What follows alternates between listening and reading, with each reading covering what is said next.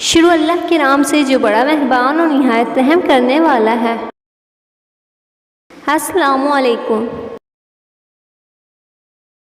رسول اللہ صلی اللہ علیہ وسلم نے فرمایا کہ 3 شخص ہیں جن کے لیے دگنا اجر ہے۔ ایک وہ ہے جو اہل کتاب سے ہو اور اپنے نبی پر محمد صلی اللہ علیہ وسلم پر ایمان لائے، اور دوسرے وہ غلام جو اپنے آقا اور اللہ دونوں کا حق ادا کرے، اور تیسرے وہ آدمی جس کے پاس کوئی لونڈی ہو جسے شاباشی کرتا ہے اور اسے تربیت دے تو اچھی تربیت دے، تعلیم دے تو عمدہ تعلیم دے، پھر اسے آزاد کر کے اس سے نکاح کر لے تو اس کے لیے دگنا اجر ہے۔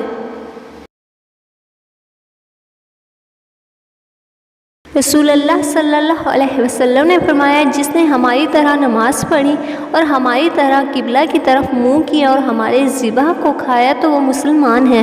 جس کے لیے اللہ اور اس کے رسول کی پناہ ہے، بس تم اللہ کے ساتھ اس کی دی ہوئی پناہ میں خیانت نہ کرو۔